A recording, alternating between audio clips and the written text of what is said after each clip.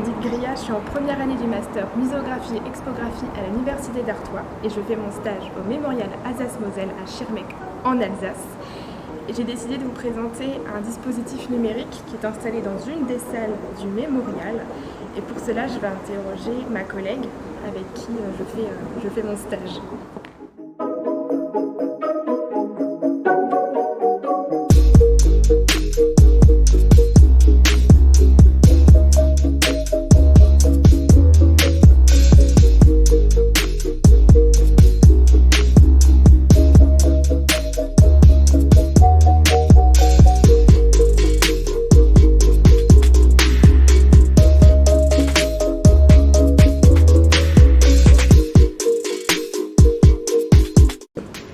Je m'appelle Mélanie Avesrolo, je travaille au Mémorial Alsace-Moselle depuis un peu plus d'1 an et demi et je suis chargée du centre de documentation, donc la conservation des archives, la valorisation de ces archives et la gestion de la bibliothèque du Mémorial, mais aussi chargée des réseaux sociaux et des dispositifs numériques avec d'autres membres de l'équipe. Déjà, il faut comprendre ce qu'il y avait avant le support numérique. Avant le support numérique, il y avait une carte, la carte scolaire de la France, avec les départements.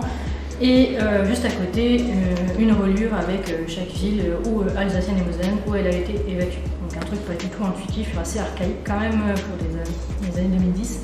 Et du coup, le choix a été fait lors de la rénovation en 2017 d'évoluer vers un dispositif numérique beaucoup plus intuitif. Plus simple d'utilisation aussi et plus visuel. Voilà, donc c'est le pourquoi on a choisi un dispositif numérique.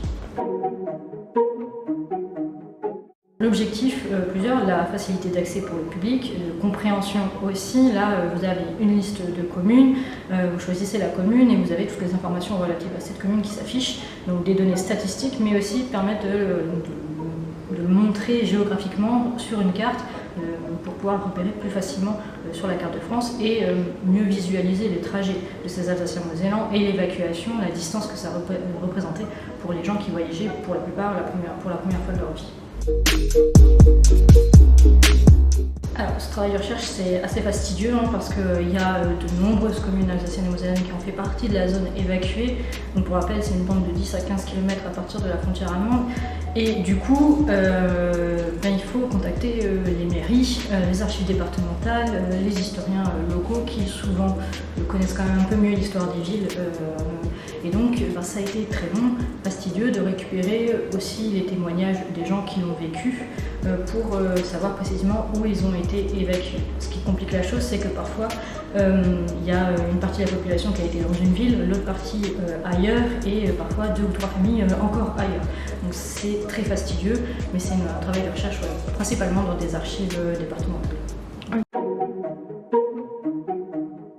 Alors ce dispositif il a amené à évoluer puisque la liste n'est pas forcément toujours exhaustive. Nous on a fait avec ce qu'on a trouvé au maximum, donc elle est quand même relativement complète, mais elle n'est pas non plus exhaustive. Donc au fur et à mesure que soit ce sont des témoignages de gens qui nous font modifier cette carte, soit c'est nous par nos recherches pour d'autres choses, pas forcément en lien avec l'évacuation, où on trouve d'autres informations et on va compléter cette liste. Ensuite, il y a un autre problème logistique, c'est qu'on est passé par une société, un prestataire pour compléter cette application, créer cette application. Ça engendre aussi un coût. Chaque modification qu'on va faire a un coût. Du coup, c'est aussi une problématique de ce dispositif-là, c'est réussir à faire des modifications le plus possible pour un moindre coût. Et donc là, c'est aussi tout un problème, c'est réussir à accumuler des connaissances rapidement ou assez longtemps, faire un choix. Soit on les fait tout de suite avec l'info qu'on a et on engendre un coût et on va multiplier ces coûts, soit on attend longtemps d'avoir récupéré assez d'informations et on fait toutes les modifications en d'un coup. Donc avoir un dispositif numérique, c'est bien pour le public, ça permet d'avoir une facilité d'accès, c'est bien aussi pour la structure parce que ça permet de mettre en relief les recherches, ça a aussi des coûts derrière.